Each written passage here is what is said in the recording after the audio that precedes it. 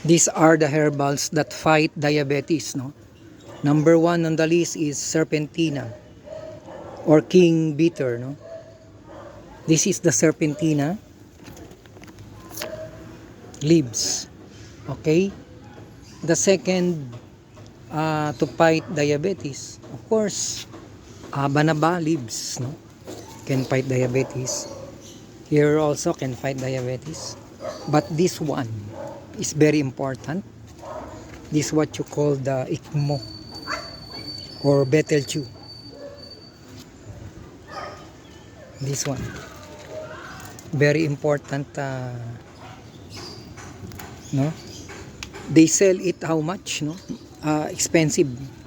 So you boil 2 or 3 leaves, no, depending on the size.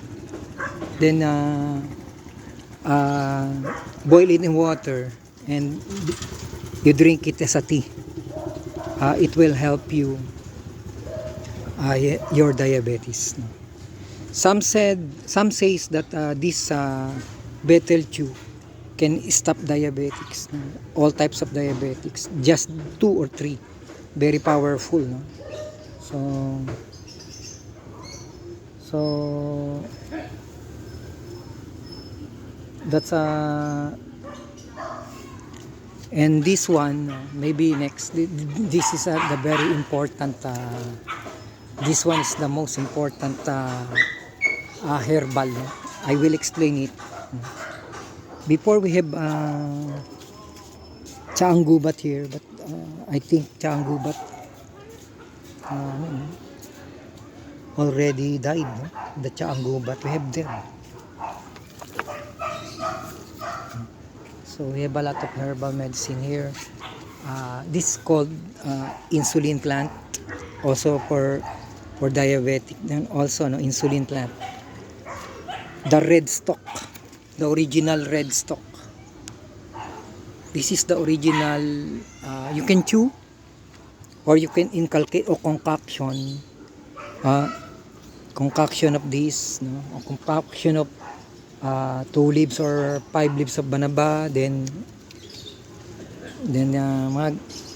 this and 2 you can combine, no? Depending on your needs. So this is an insulin plant. This is a very important, also important plant, no? You can chew this, no? Now I'm chewing it. Insulin plant. So you can chew also this, no?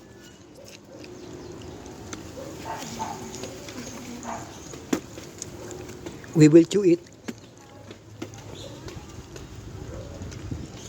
Many people buy this plant from me, from all different parts of Cavite. This plant, insulin, and this one, very important. Yan. And thank you for tuning in, no? And we will discuss other herbal plants. I'm herbalist myself, no? I have a lot of herbal here, no? Guava. I can explain it on other videos. But for now, thank you for tuning in.